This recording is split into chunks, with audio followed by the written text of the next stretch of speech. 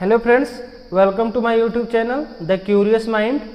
आज का हमारा टॉपिक है डेफिनेशन ऑफ फार्मेको इकोनॉमिक्स। ये pharmacoeconomics diploma first year के चैप्टर 5th में है और ये एक ही टॉपिक है जिसको कवर करना बाकी रह गया है। बाकी सारे टॉपिक हमने कवर कर लिया है।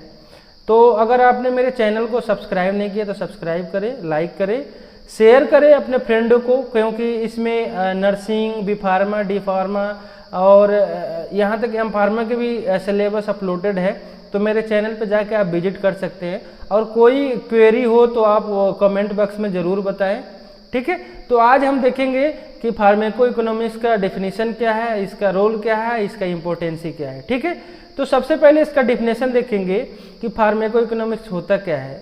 तो सबसे पहले बताएं कि फार्मेको इकोनॉमिक्स एक क्या है, एक हेल्थ साइंस का ब्रांच है या हेल्थ इकोनॉमिक्स का ब्रांच है, जिसमें हम किसी भी प्रोडक्ट की या फार्मास्यूटिकल प्रोडक्ट को आइडेंटिफाई करते हैं, मेजर करते हैं और कास्ट जो उसका है वो कितना सस्ता है, कितना महंगा है, इसको हम कंपेयर करते हैं।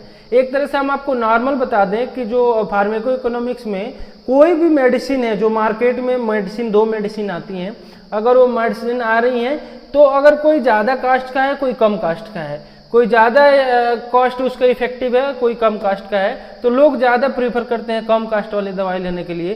तो यही क्या करते हैं, हम मार्केट में लेते हैं 2 दवाइयों को। अगर पैरासीटामॉल मान लीजिए कोई 60 रुपये का है, कोई 120 रुपये का है और काम दोनों सेम ही कर रहा है, तो इसकी हम स्टडी करते हैं, कंपेयर करते हैं, आइडेंटिफाई करते हैं, मेजर करते हैं।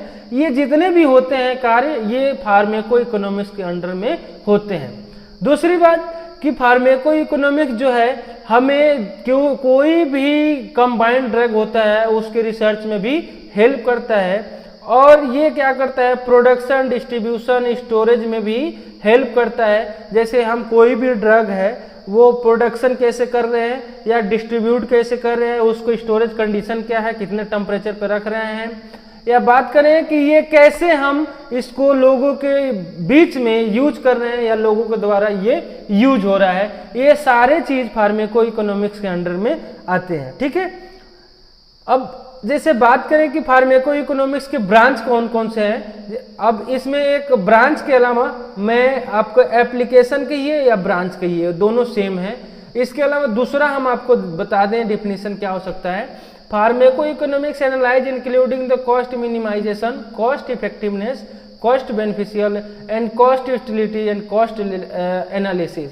फार्मेको इकोनॉमिक्स के अंडर में क्या क्या होता है, कॉस्ट मिनिमाइजेशन होता है, कॉस्ट इफेक्टिवनेस होता है, कॉस्ट बेनिफिट होता है और कॉस्ट एनालिसिस होता है, ठीक है।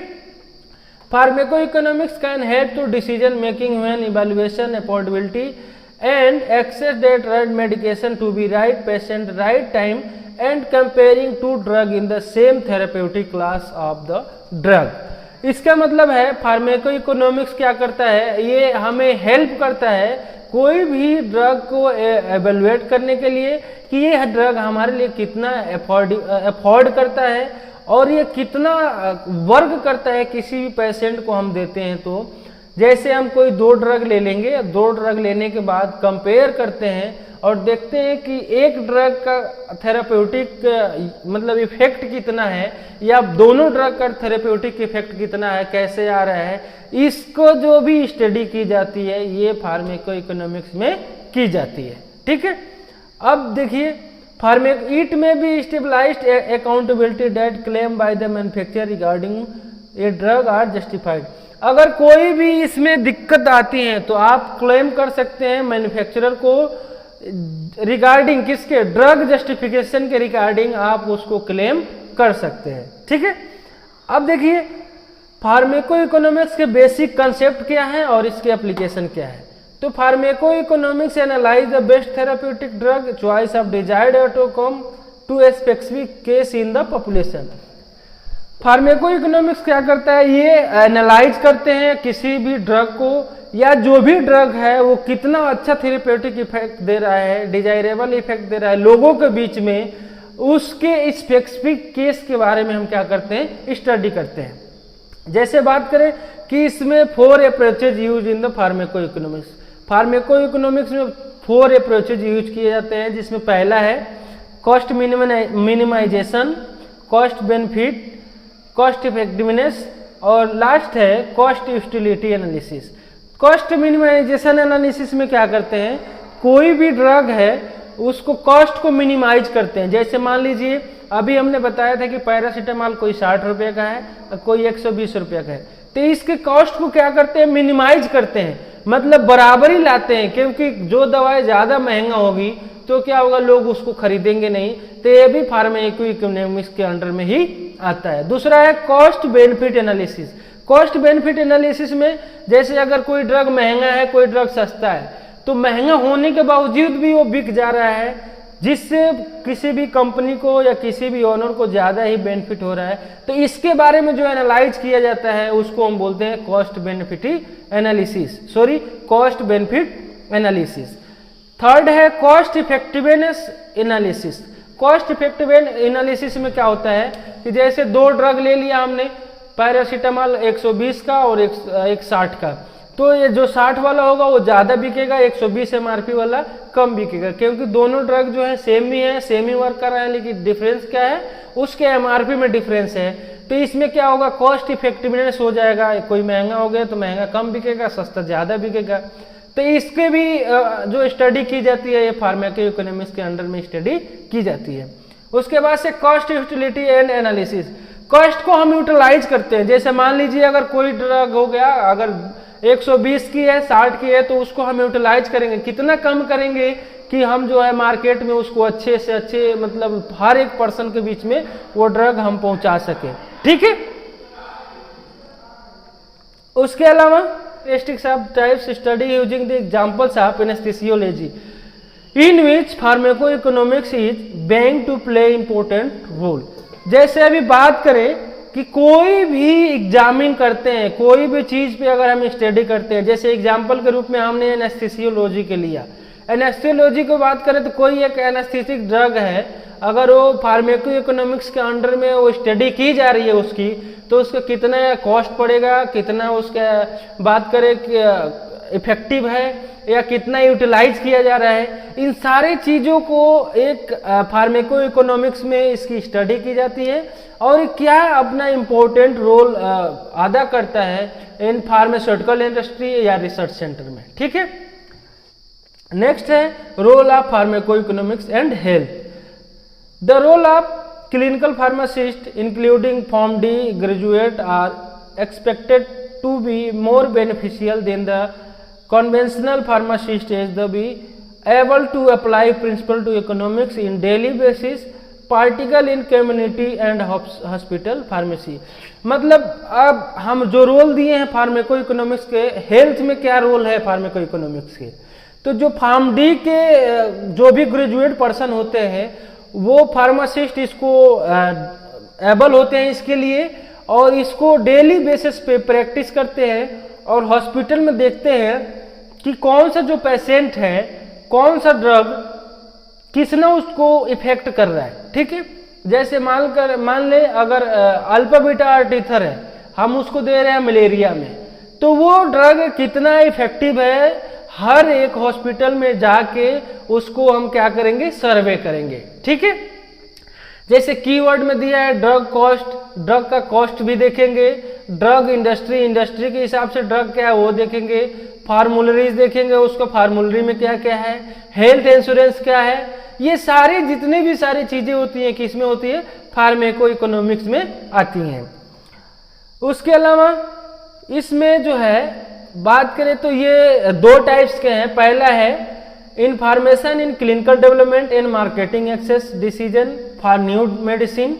दूसरा है it work in the health economics which focus upon their particular. पहला है कॉस्ट, दूसरा है drug of benefit of drug therapy.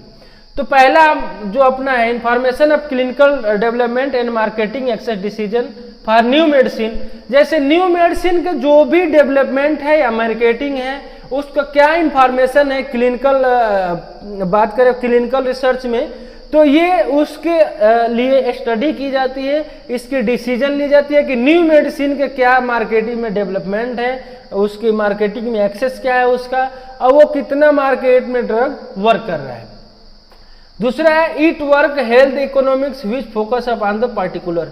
ये क्या करता है, हेल्थ के ऊपर फोकस करता है, जिसमें पार्टिकुलर क्या है, कॉस्ट है। दूसरा है benefit of drug therapy. Cost में क्या है, अभी हमने बताया था कि ये ज्यादा कॉस्टली नहीं होनी चाहिए, एक मिनिमम कॉस्ट होना चाहिए जिससे लोगों को ज्यादा सफर न करना पड़े और इजिली सारे ड्रग लोगों के अंदर पहुंच सके, लोग यूज कर सके।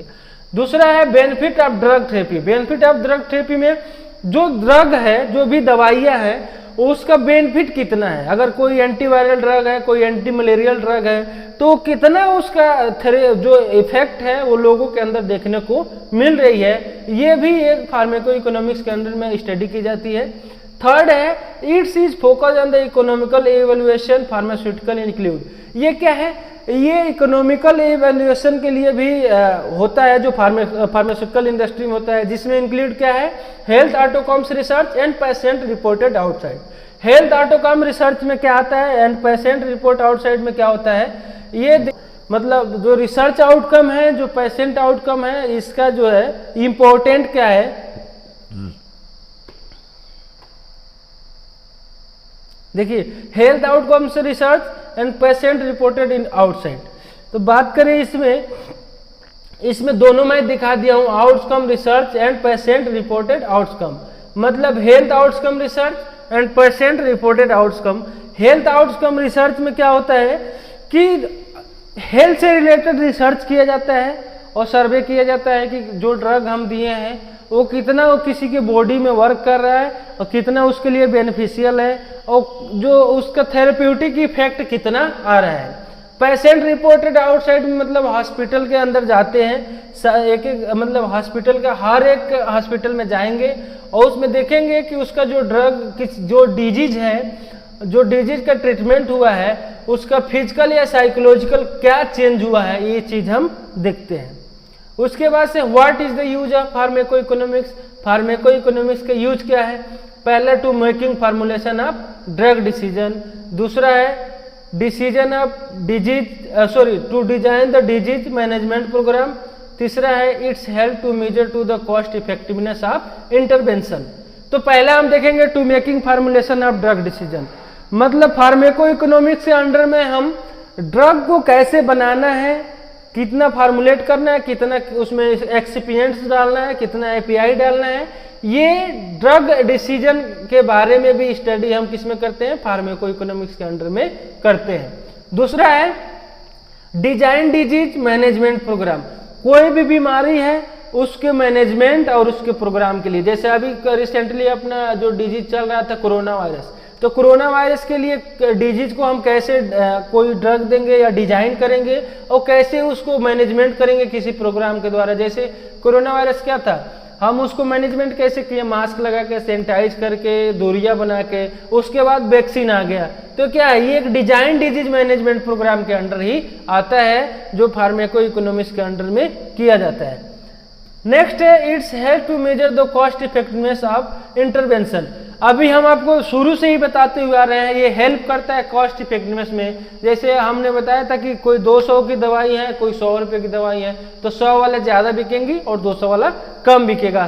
तो ये क्या है, ये भी फार्मेको इकोनॉमिक्स के अंडर में ही आता है। अब बात करें importance of pharmacoeconomics. Pharmacoeconomics के इंपॉर्टेंस क्या है, पहले क्या है, it fix the price new drug and refix the price and existing drug. मतलब ये क्या है, किसी भी ड्रग को प्राइस को क्या फिक्स भी कर सकता है और फिर उसके ड्रग को रीफिक्स भी कर सकता है। कोई 100 रुपए का ड्रग है, अगर उसको 80 रुपए हम बेचना चाहे तो उसको फिर रीफिक्स हम कर सकते हैं, 80 रुपए में बेच सकते हैं, या फिर 100 रुपए का ड्रग है तो उसको 120 रुपए में भी बेच सकते हैं। दूसरा है finalising of drug formulation. Drug को फार्मुलेशन करने के लिए फाइनल डिसीजन देने का मतलब जो स्टडी की जाती है वो फार्मेको इकोनॉमिक्स के अंडर में ही की जाती है। उसके बाद से creating the data for promotion materials of medicine. जितने भी मटेरियल्स होते हैं जो मेडिसिन के लिए यूज किए जाते हैं, उसको क्या डाटा बनाने में ये फार्मेको इकोनॉमिक्स का महत्वपूर्ण योगदान होता है। उसके बाद से compliance of requirement for the drug licence. जितने भी ड्रग लाइसेंस होते हैं ये फार्मेको इकोनॉमिक्स के अंडर में ही कंप्लायंस इसकी की जाती है, जो ड्रग लाइसेंस की रिक्वायरमेंट होती है। उसके बाद से including in the drug in medical insurance and reimbursement scheme.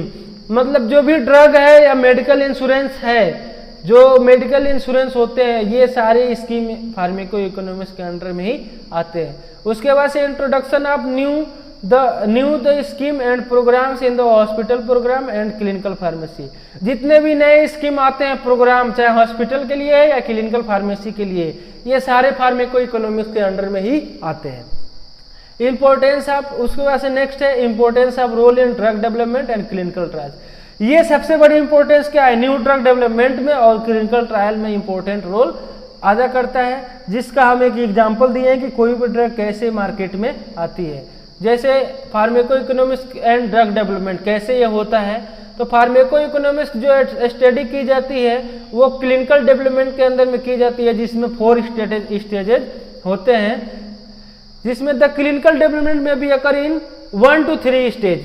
जो 1 से 3 फेज होता है वो क्लिनिकल डेवलपमेंट में होता है, और जो चौथा फेज होता है वो मार्केटिंग रिसर्च के लिए होता है। और ये स्टेज जो होता है लास्ट स्टेज होता है, जो लास्ट फेज होता है, कोई भी ड्रग जो मार्केट में आती है वो 4th फेज में ही आती है। 1 से लेकर 3 फेज तक ड्रग की ट्रायल चलती है, ह्यूमन पे, एनिमल्स पे, या बात करें वहां पे लैब में। बाकी जो 4th स्टेज होती है वो डायरेक्ट जो ड्रग होती है वो मार्केट में आती है। इन द स्टडी में भी need to conducted the several stages in pharmaceutical researches. मतलब जो भी ड्रग होती है ये सारे भी स्टेजेज होते हैं फार्मास्यूटिकल रिसर्चेज के लिए होते हैं। पहला फर्स्ट फेज में क्या ट्रायल होता है, the first phase trial is clinical trial endeavors to determine the toxicity profile drug interest in human। हम साफ साफ बता दे रहे हैं कि फेज फर्स्ट में क्या होता है। फेज फर्स्ट में जो भी मतलब ड्रग का रिसर्च करना होता है, एक जो ह्यूमंस होते हैं, या इसको सब्जेक्ट बोलते हैं इसको, या ह्यूमंस बोलते हैं, जो पर्सन इंटरेस्टेड होते हैं उनका डाटा बनता है। डाटा बनने के पहले प्री क्लिनिकल होता है, देन क्लिनिकल होता है, क्लिनिकल ट्रायल।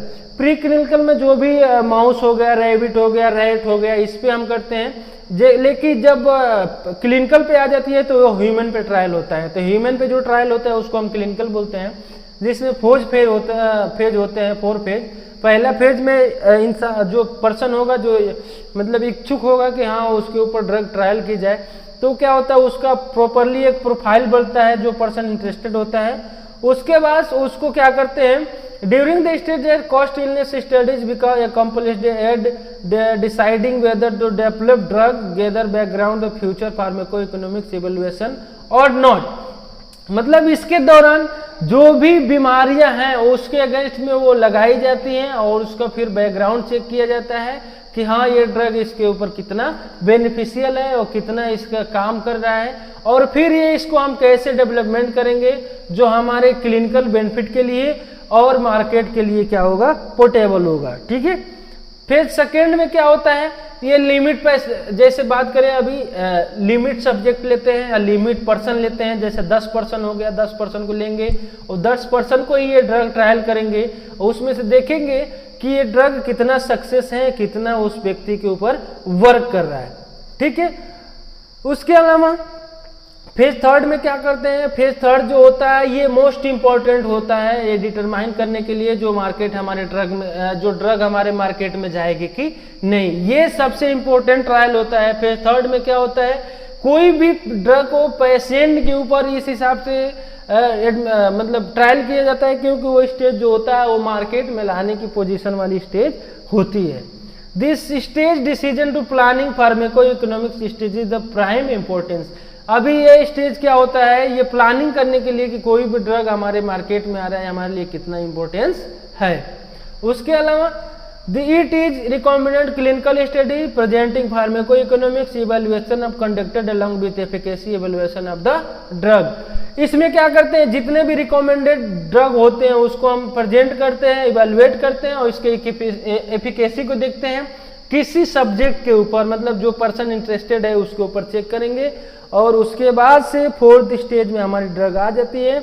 और 4th स्टेज जो होता है ये मोस्ट इंपॉर्टेंट होता है, पोस्ट मार्केटिंग फेज में होता है। मतलब ये स्टेज जो होता है इस पे ट्रायल करके और मार्केट में दवाओं को लॉन्च किया जाता है। लॉन्च करने के बाद ये क्या करते हैं, जो प्रोवाइड करते हैं इन्फॉर्मेशन को और जितने भी जैसे लिखा है ना, the pharmacoeconomics evaluation provide information about the cost and outcomes of the drug in real life setting unlike clinical trials that conducted to control setting. मतलब इसके अंदर सारे दवाई को इवेल्युएट करते हैं, इसका इंफॉर्मेशन को और इसके कास्ट को, या पेशेंट के ऊपर ये ड्रग कैसे काम कर रहा है, उसके रियल लाइफ में कैसे काम कर रहा है, या क्लिनिकल ट्रायल्स में कैसे कंडक्ट कर रहा है, उसके कंट्रोल के सेटिंग को सारे हम क्या करते हैं, स्टडी करते हैं। Pharmaco economics evaluate during the clinical trials give you information what efficacy drug which in the turn provide the approximately two the real world. Pharmaco economics में क्या है, जितने भी ड्रग है इसको इवैल्यूएट करते हैं, क्लिनिकल ट्रायल करते हैं, इससे जितने भी इंफॉर्मेशन होते हैं या ड्रग की एफिकेसी क्या है, ये सारे चीज को प्रोवाइड करते हैं कि रियल वर्ल्ड में, मतलब संसार में, ये ड्रग कैसे लोगों के ऊपर वर्क करेगा। ठीक है, तो ये अपना फार्मेको इकोनॉमिक्स रहा। उसके बाद से द क्लिनिकल ट्रायल्स भी design to test safety and efficacy of the drug followed by the pharmacoeconomics evaluation. जितने भी क्लिनिकल ट्रायल्स होते हैं वो डिजाइन कर सकते हैं इसके टेस्ट के सेफ्टी को, और इसकी एफिकेसी क्या है ड्रग की, ये फार्मेको इकोनॉमिक्स के अंडर में ही इवैल्यूएशन भी की जाती है। द क्लिनिकल ट्रायल्स भी design to conducted pharmacoeconomics evaluation. जो क्लिनिकल ट्रायल्स क्या होते हैं, ये फार्मेको इकोनॉमिक्स के अंदर डिजाइन किए जाते हैं और इवैल्यूएट किए जाते हैं। The clinical data collected prospectively in the clinical trial and use to conducted retrospective and prospective pharmacoeconomics evaluation. जो क्लिनिकल डाटा जितना है उसको क्या करेंगे, कलेक्ट करेंगे, उसके बाद से उसके ऊपर ट्रायल करेंगे, और ट्रायल करने के बाद ये रिस्पेक्टिव इवैल्यूएशन करेंगे फार्मेको इकोनॉमिक्स के अंडर में ही। Okay, thank you.